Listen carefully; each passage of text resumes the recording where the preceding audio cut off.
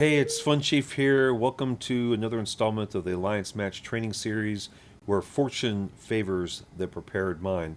Up next is the second half of the train considerations, and this time we're focused on offense. The intent here is to kind of give you some things to think about, what to do and what not to do when you're thinking about offensive activity on the enemy and the sort of the train impacts for that.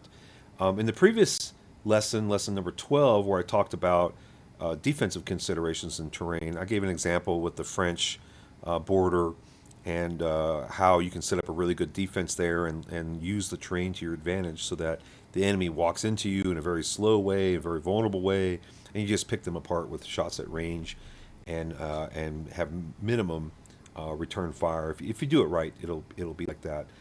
It's a little different when you're thinking about offense, and so here's just some things to think about here. What I'm going to do is just show you a couple of examples of where offense is really well suited in a way of thinking about it, and then go over to the live map and give you a scenario. So, the first thing, anytime you're doing any kind of offensive action, you really want to try to avoid combat in the mountains. Although you do get an advantage with artillery of being in the mountains, a 25% bonus, and that's great. It makes a big difference when you can smack somebody and really hit that 25% bonus on them. The chances of getting a return fire are really high because you're so slow inside the mountains, even with infrastructure there. And part of the problem is when you're building that infrastructure, and I'm talking about military logistics, when you do take a hit, what happens? You get damage to that infrastructure. So even you might be counting on having that military logistics roads there, and all of a sudden you take a hit. Not only are you hurt and you're in the mountains, so you're already moving slow anyway, but now you just lost your road, so you're moving even slower. So it's a really big mistake and frankly a trap to try to fight offensively or even defensively for that matter. Do any kind of fighting with artillery in the mountains. You should avoid it whenever possible, but especially on the offense because you move so slow and you're easily going to be shot at.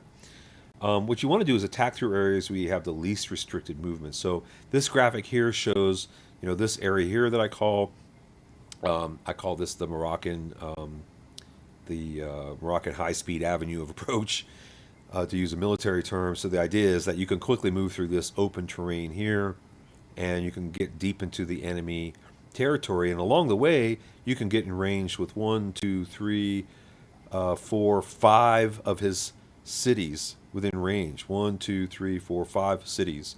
So that's a spectacular thing to be able to do. And the idea is that you're not trying to take over his land. You're really not. What you're trying to do is inflict injury and kill his units while also destroying his ability to replace them. It's not about taking territory. So moving into, for example, this territory here is something you would worry about way later. First, hit it, wipe out his ability to build, move on, kill any units nearby that is defending, move on to the next one, do the same thing, and so on and so forth. And the faster that you can move through somebody's territory to reach their production centers, the quicker you can bring it into this game. So that's what you're ultimately trying to do. Your primary goal is conserve units, take no losses while inflicting losses on the enemy. Your secondary goal is to destroy the ability to replace units. Nothing else really matters. Those two things is what you're trying to do. Unlike in a public game where you're trying to control provinces and cities and take them over, it's not like that in an alliance match. Quickly do these two things, destroy units, destroy their ability to replace them, and you win. Okay, another example is the entire North African desert is this big, wide, open desert area. You can move through here very, very quickly.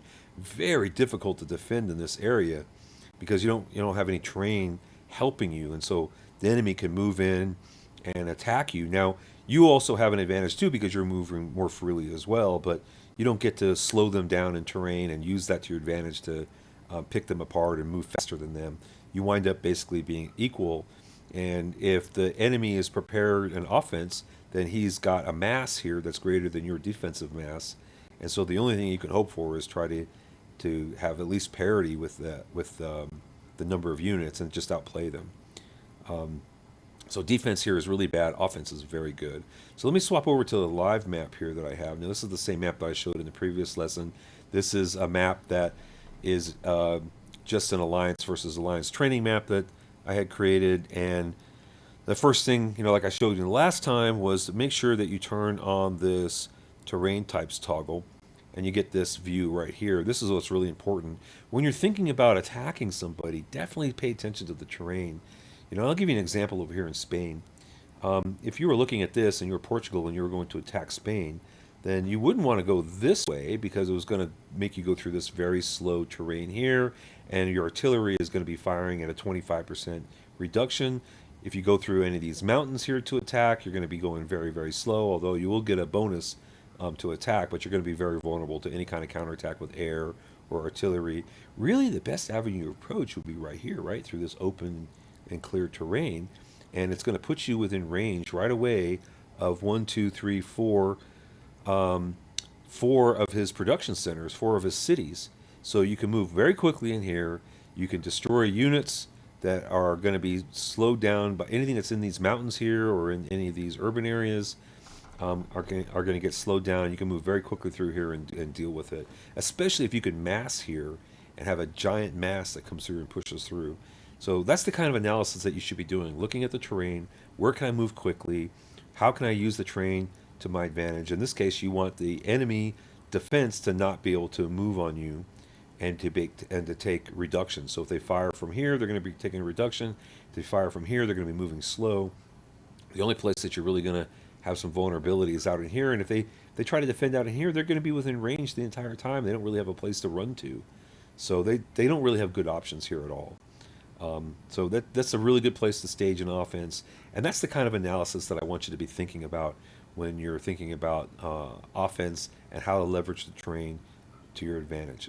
It's really talking about high speed areas that you can move through quickly and get deep into the enemy territory, do direct attacks on enemy production centers as cities, and destroy units along the way. And with that, that concludes what I had in mind for this lesson. Up next is lesson number 14. This is where we start talking about, and you're doing some analysis to think through what's the most likely enemy course of action. Really important thing to think about. You want to pay attention to the little pieces of intel that you have, where they've sent units, what kind of units they sent, and so on. All of that should start building a picture for what you think the enemy might be trying to do, and you come up with the most likely enemy course of action.